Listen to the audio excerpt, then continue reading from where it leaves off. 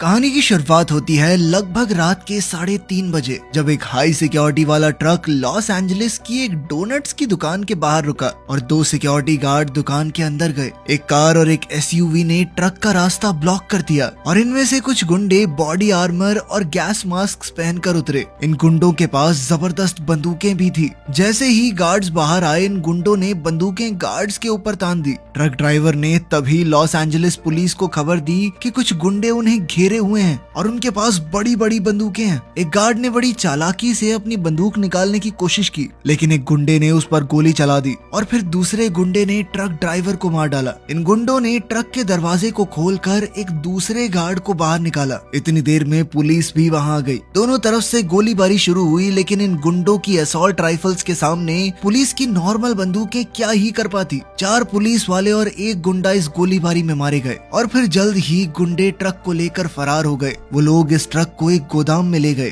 Gang के leader रे ने बॉस्को को खूब डांटा क्योंकि उसने सिक्योरिटी गार्ड पर गोली चलाई थी। रे ने गैंग के बाकी लोगों से कहा कि ट्रक की बिगड़ी हालत को ठीक करना होगा। जैसे ही रे ने ट्रक का दरवाजा खोला, एंसन ने रे से पूछा कि क्या वो ठीक है। तब रे ने जवाब दिया कि हमने 4 पुलिस वालों को मारा है। पुलिस हमें कुत्तों की तरह ढूंढ रही होगी। डिटेक्टिव निक ओब्रायन इस दुर्घटना वाली जगह पर पहुंचा और फिर एलए शेरिफ डिपार्टमेंट के अफसरों के पास गया जो उस गुंडे की लाश के पास खड़े थे। पुलिस वालों को ये समझ नहीं आ रहा था कि आखिर वो लोग खाली ट्रक को लेकर क्यों चले गए। इस पर निक ने कहा कि जरूर इसके पीछे उनका कोई प्लान है। कुछ दूरी पर सड़क के दूसरी तरफ से बॉस्को इस मीटिंग की तस्वीरें खींच रहा था। वापस जाकर बॉस्को ने रे को तस्वीरें दिखाई और उसने निक की तस्वीर दिखाते हुए कहा कि ये इस घटना का इंचार्ज है। रे ने अपने साथियों को बताया कि निक मेजर क्राइम्स डिवीजन का हेड है। डॉनी, जिसने पिछली रात ट्रक चलाया था, निक की तस्वीर देखकर वहाँ से चला गया। निक और उसके साथी अफसर इस केस की छानबीन कर रहे थे। वो इस नतीजे पर पहुंचे कि ये किसी अंदर के आदमी का काम है, वरना उन्हें कैसे पता चलता कि ये ट्रक जो है 3:30 बजे यहाँ पर आएगा। उन्हें शक था कि इस कांड के पीछे रे का हाथ है, जो 8 महीने पहले ही पैरोल पर रिहा हुआ था। डॉनी रात को बारटेंडर का काम करता था। तभी उसने देखा कि फेडरल रिजर्व बैंक में काम करने वाला एक आदमी अपनी आईडी बार में ही भूल गया। उसने ये आईडी कैश रजिस्टर में डाल दी और मैक के पास गया, जो कि रे की गैंग का ही एक आदमी है। निक भी इसी बार में बैठा था और वो डॉनी से कुछ सवाल जवाब करने लगा। डॉनी ने कहा कि मुझे नहीं पता यहाँ कौन आता है कौन नहीं। क्रिमिनल से लेकर पुलिस वाले तक यहाँ कोई भी आ सकता है, ये बार सबके लिए है। इस पर डॉनी ने हामी भरी। जब डॉनी की इस बार में शिफ्ट खत्म हुई और वो जाने लगा तो निक ने उसकी गाड़ी का शीशा खटखटाया और डॉनी को बेहोश कर दिया। जब डॉनी की आंख खुली तो वो एक अनजान जगह पर था। डॉनी जब बेडरूम से बाहर गया तो वहाँ निक की टीम और 4 औरतें थी। निक ने डॉनी को एक सीसीटीवी से निकाली हुई फोटो दिखाई जिसमें वो रे से मिल रहा है। डिटेक्टिव गस ने कहा कि हमें तुम्हारा पूरा कच्चा चिट्ठा पता है। एक बार तुम गाड़ी चुराकर भागने के लिए अरेस्ट हो चुके हो, कुछ लोगों का खून करने की कोशिश के जुर्म में भी जेल जा चुके हो और कैलिफोर्निया में आज तक सबसे तेज गाड़ी भगाने का चालान भी तूने ही भरा है। गस ने उसे समझाया कि तुम्हारी सिर्फ एक गलती तुम्हें सालों तक जेल में वापस फेंक सकती है। डॉनी ने उन्हें समझाने की कोशिश की कि प्लीज सर, मैं सिर्फ रे से एक आधी बार मिला हूँ, उसके अलावा मैं कुछ नहीं जानता। निक ने अपनी बाजू पर बना एक टैटू डॉनी को दिखाया जिस पर रेगुलेटर्स लिखा था। निक ने पूछा कि इसका मतलब जानता है तू? पुलिस वालों की एक गैंग है जिसका नाम है क्लीक, मैं उसका हिस्सा हूँ। ये गैंग नियमों में विश्वास नहीं करती, अपराधियों को सुधरने का मौका नहीं देती, सीधा गोलियां उतारती है उनके अंदर। निक ने अब डॉनी से सीधा पूछा कि तेरे जैसा डरपोक आदमी ऐसी खतरनाक गैंग के साथ क्या कर रहा है? डॉनी ने कहा कि सर, मैं उनका सिर्फ ड्राइवर हूँ, मुझे चोरों की गैंग के ऑपरेशन के बारे में कुछ नहीं पता। निक ने डॉनी से कहा कि उनके साथ कांटेक्ट में रहना और जब मैं फोन करूँ ना तो उठाएगा तू, समझा, वरना तुझे उठा लूंगा मैं। उधर उस गुंडों की गैंग ने लॉस एंजलिस के फेडरल रिजर्व बैंक पर नजर रखी हुई थी। रे ने बताया कि ये इकलौता ऐसा बैंक है जहां आज तक कभी चोरी नहीं हो पाई। रे ने बताया कि यहाँ का सिक्योरिटी सिस्टम इतना जबरदस्त है कि यहाँ पर 53 बार चोरी की कोशिश हो चुकी है, लेकिन कोई एक बार भी कामयाब नहीं हुआ और इसीलिए रे चाहता है कि वो लोग यहाँ चोरी करें। वहाँ पुलिस डिपार्टमेंट में ऑफिसर्स को पता चला कि रे, एंसन, डॉनी और बॉस्को ये सभी रिटायर्ड मरीन कमांडो हैं। ऑफिसर्स ने पिछले 10 साल में हुई सभी चोरियों की जांच की तो पता चला कि 10 साल जब रे जेल में था तो कोई भी बड़े लेवल की चोरी नहीं हुई। निक ने सभी ऑफिसर्स को बताया कि अगर हमने रे को पकड़ लिया तो सारी अनसुलझी चोरियों का भी खुलासा हो जाएगा। रे और उसकी गैंग अब वापस उसी गोदाम में गए। रे अपनी गैंग को फेडरल बैंक का पूरे दिन का रूटीन समझाने लगा। रे ने बताया कि ये बैंक रोज काम ना आने वाले या फटे पुराने बिल्स को अपने डेटाबेस से हटाता है। 4 या 5 बजे के बीच में नोटों को छोटे छोटे टुकड़ों में काट दिया जाता है और ये कचरा एक वेस्ट मैनेजमेंट कंपनी उठाती है। उसने बताया कि अकेले $100 के नोट की गिनती करने वाले कमरे में कम से कम $30 मिलियन रोजाना आते हैं। रे ने प्लान बनाया कि उन्हें वहां पहुंचना होगा नोटों के कटने से पहले। इस तरह उनके पास कम से कम $30 मिलियन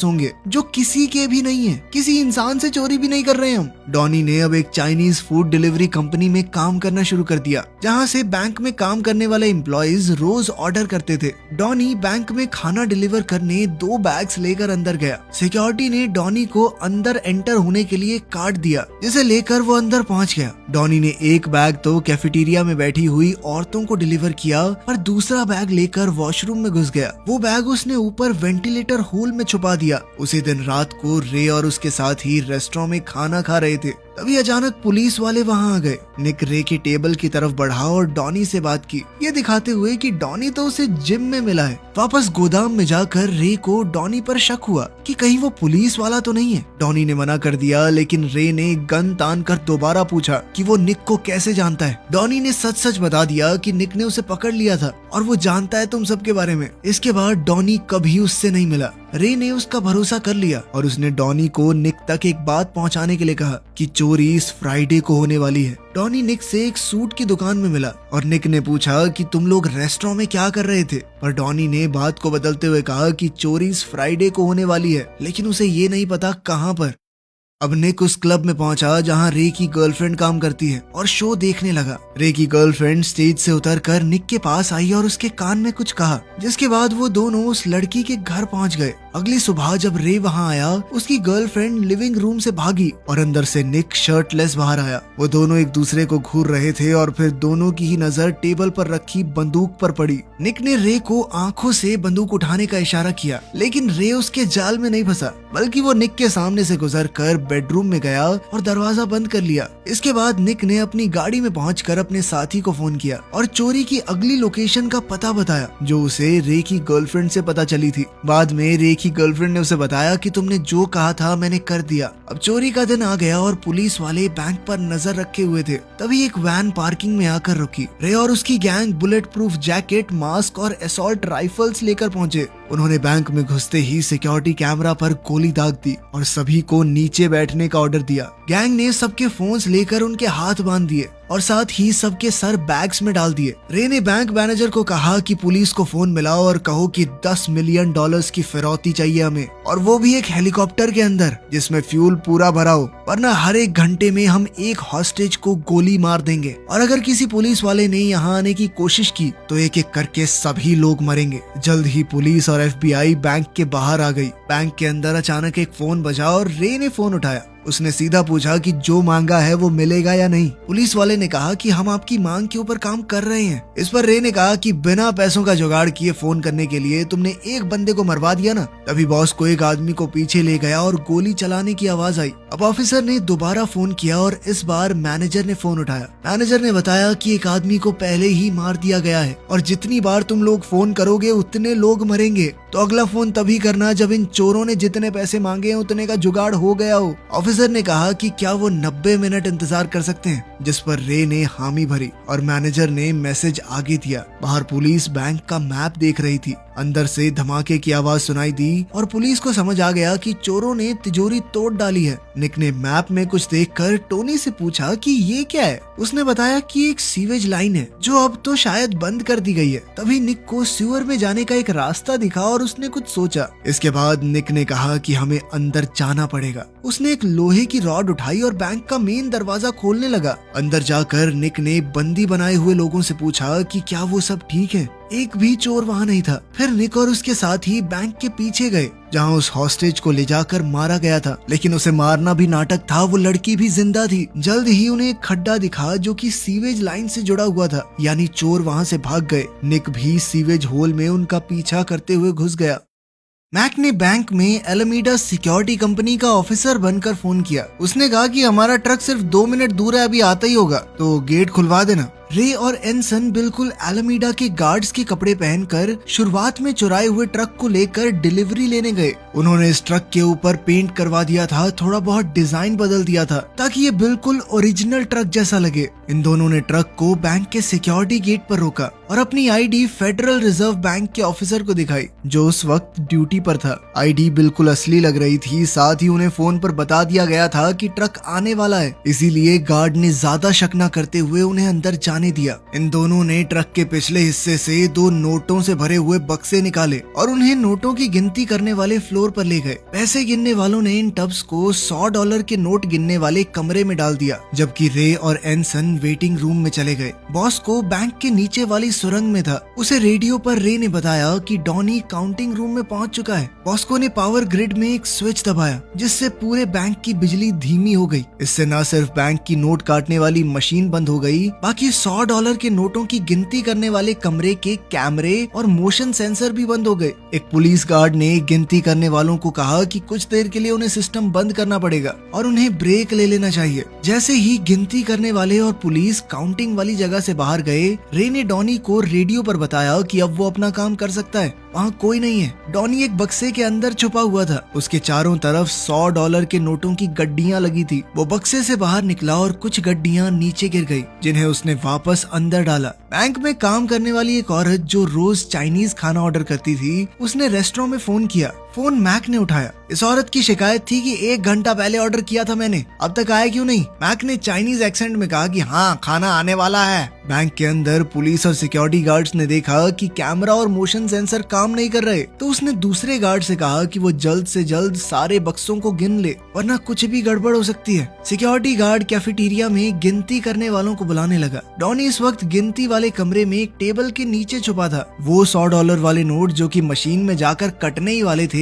वो उन नोटों को ब्लैक जिपर बैग में डाल रहा था, जिसके बाद उसने उन बैग्स को कचरे के डब्बे में फेंक दिया। सिक्योरिटी गार्ड वापस काउंटिंग रूम में आया 2 गिनती करने वाले लोगों के साथ। रे ने डॉनी को भागने का सिग्नल दिया। उसने एक एयर वेंट का ढक्कन हटाया, उसमें घुसा और अंदर से दोबारा बंद कर लिया। रेडियो पे डॉनी ने रे को बताया कि वो वेंट में है और रे ने बॉस्को को लाइट चालू करने का सिग्नल दिया। लाइट चालू होते ही सब दोबारा अपने अपने काम पर लग गए। डॉनी ने वेंट से होते हुए बाथरूम के वेंटिलेटर शाफ्ट को निकाला। जो खाना उसने पहले से वहाँ छोड़ा हुआ था वो उठाया और बिल्डिंग में घूमने के लिए उसने उसी एक्सेस कार्ड का इस्तेमाल किया जो बैंक में काम करने वाला आदमी बार में छोड़ गया था। उस औरत को डॉनी ने खाना डिलीवर किया और फिर बिल्डिंग से निकल गया।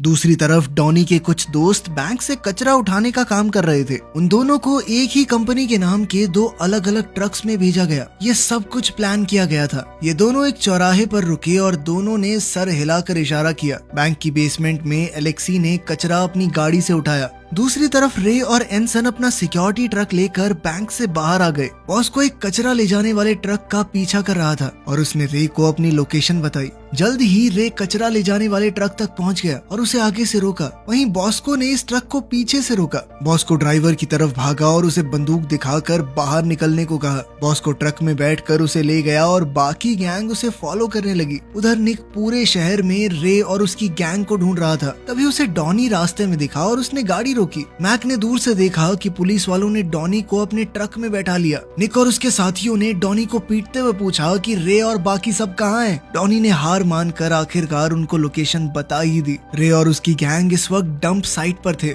मैक ने रे को फोन किया कि डॉनी पकड़ा गया है, अब आगे क्या करना है, लेकिन रे ने कोई जवाब नहीं दिया और फोन काट दिया। उसने एनसन को बताया कि डॉनी और मैक पकड़े गए और फिर वो दोनों गाड़ी में वहाँ से चले गए। निक को रे की गाड़ी की एक झलक दिखाई दी, जिसके बाद वो उसका पीछा करते हुए ट्रैफिक से भरे हुए हाईवे पर चढ़ गया। उसने रेडियो पर डिटेक्टिव मर्फ और बराचो को लोकेशन बताई। रे ने शीशे में देखा कि 20 गाड़ियों के पीछे निक की गाड़ी है। गस ने डॉनी को गाड़ी के साथ ही हथकड़ियां लगा दी और फिर निक और टोनी के साथ निकल गया। मर्फ और बराचो भी वहां पहुंच गए। रे, एनसन और बॉस्को भी अपने ट्रक से बाहर निकलने लगे। जैसे जैसे पुलिस वाले उनके पास आ रहे थे, रे ने गोलियां बरसाना शुरू कर दिया, जिसमें एक पुलिस वाले को गोली लग गई, जिससे उसकी मौके पर ही मौत हो गई। अब पुलिस वाले भी पलटवार करने लगे। एकदम सन्नाटा टूटा और गोलियों की बरसात होने लगी। दोनों तरफ से गोलियां गाड़ियों को चीरते हुए जा रही थी। बॉस्को की गर्दन पर गोली लगी, जिसके बाद रे ने पलटवार करते हुए उस पुलिस वाले के घुटने पर गोली दाग दी। रे और एनसन सड़क पर भागने लगे और निक उनके पीछे था। निक के साथ ही पुलिस वाले ने बढ़िया निशाना लगाते हुए एनसन को ढेर कर दिया। रे भागते हुए अब एक गली में घुस गया और निक बिल्कुल उसके पीछे था। निक ने रे पर गोली चलाई, जिससे वो बुरी तरह घायल हो गया। रे किसी तरह अपनी बंदूक को रीलोड करने की कोशिश कर रहा था। बड़ी मुश्किल से उसने बंदूक को रीलोड किया और किसी तरह अपने पैरों पर खड़ा हुआ। वो निक पर गोलियां चलाते हुए उसकी तरफ बढ़ने लगा। निक ने अपनी बंदूक रीलोड की और रे की छाती पर गोली चला दी। रे नीचे गिर गया और किसी तरह रेंगते हुए कार के पीछे छुपा